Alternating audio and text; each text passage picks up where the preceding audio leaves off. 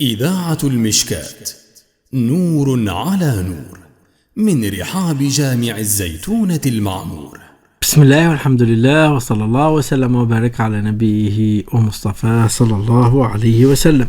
إخواني وأخواتي أحبائنا متابعي إذاعة المشكات، أهلا وسهلا ومرحبا بكم في هذا الموعد الجديد من برنامجكم الأربعون الرمضانية. Mes chers frères, mes chères sœurs, salam alaikum wa rahmatullahi ta'ala wa barakatuhu. Voilà notre rendez-vous quotidien avec cette émission, les 40 hadiths du mois du Ramadan. En vérité, on dit 40 hadiths, mais le reste du mois, ça ne suffit pas de citer tous les hadiths du mois de Ramadan. On lit dans les 10 dernières nuits du mois de Ramadan.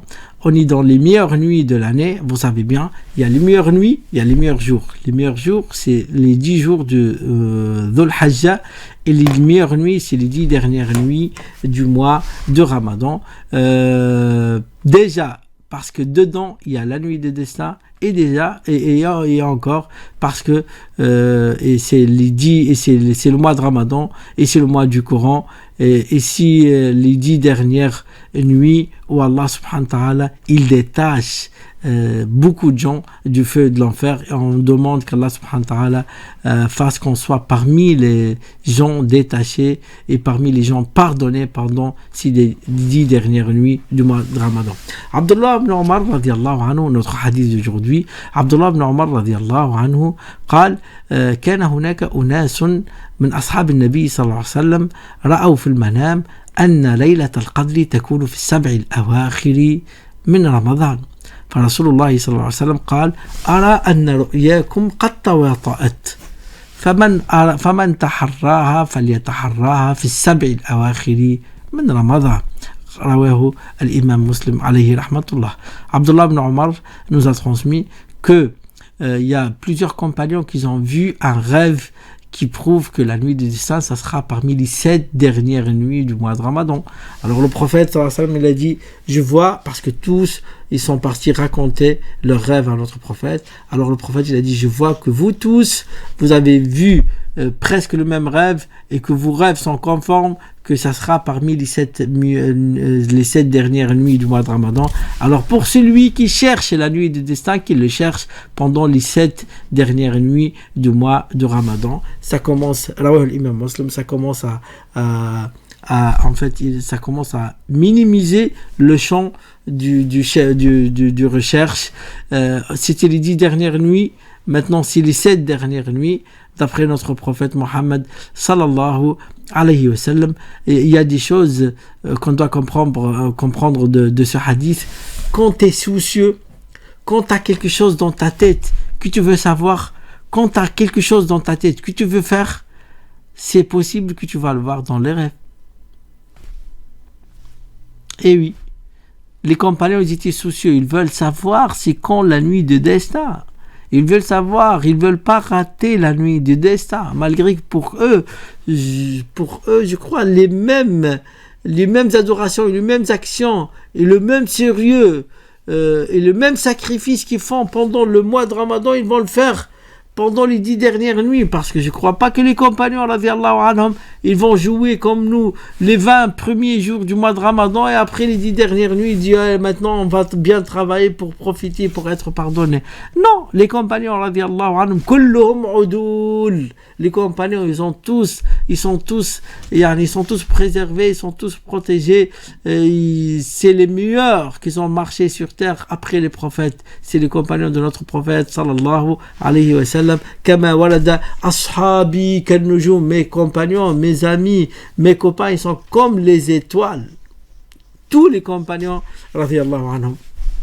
Alors, on a dit quand tu es soucieux, c'est possible que tu vas voir la solution, tu vas voir ce que tu as, en fait, ce qui t'a appris, ton concentration toute la journée, tu vas le voir dans les rêves. Pourquoi?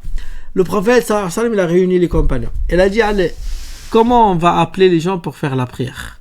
Et les compagnons commencent à donner leur avis. Il dit, on va siffler dans le Coran. L'autre il dit on va allumer du feu pour dire aux gens que c'est bon, c'est l'heure de la prière.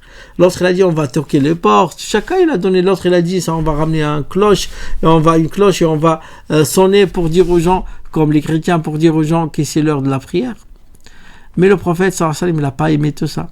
Il a dit demain on va décider, on va savoir, on va voir comment on peut faire pour appeler les gens pour la prière. Il y avait un compagnon qui n'est pas trop connu, c'est Abdullah ibn Zayd. Il n'était pas trop connu. Lui, il était soucieux. Comment on va faire pour appeler les gens pour la prière? La nuit, il a vu un rêve. C'est pour ça qu'on a dit, quand tu es soucieux, c'est possible que tu vas avoir trouvé la solution. Si tu as une relation avec Allah, si les fils ils sont tous branchés au bon endroit, c'est possible que tu vas voir ça dans tes rêves. La nuit, il a vu un rêve. Il a vu un homme qui est en train de mettre des cloches à côté et qui est en train de vendre ces cloches. Alors il est parti acheter. Il a dit mais pourquoi tu veux ça? Il a dit pour appeler les gens, pour faire la prière. Il a dit veux-tu que je te montre quelque chose mieux que ça pour appeler les gens pour faire la prière? Il a dit quoi?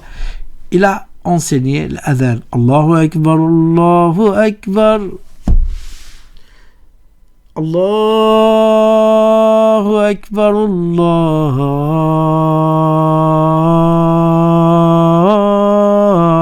Akbar. C'est mieux quand même d'allumer le feu pour dire aux gens venez faire la prière.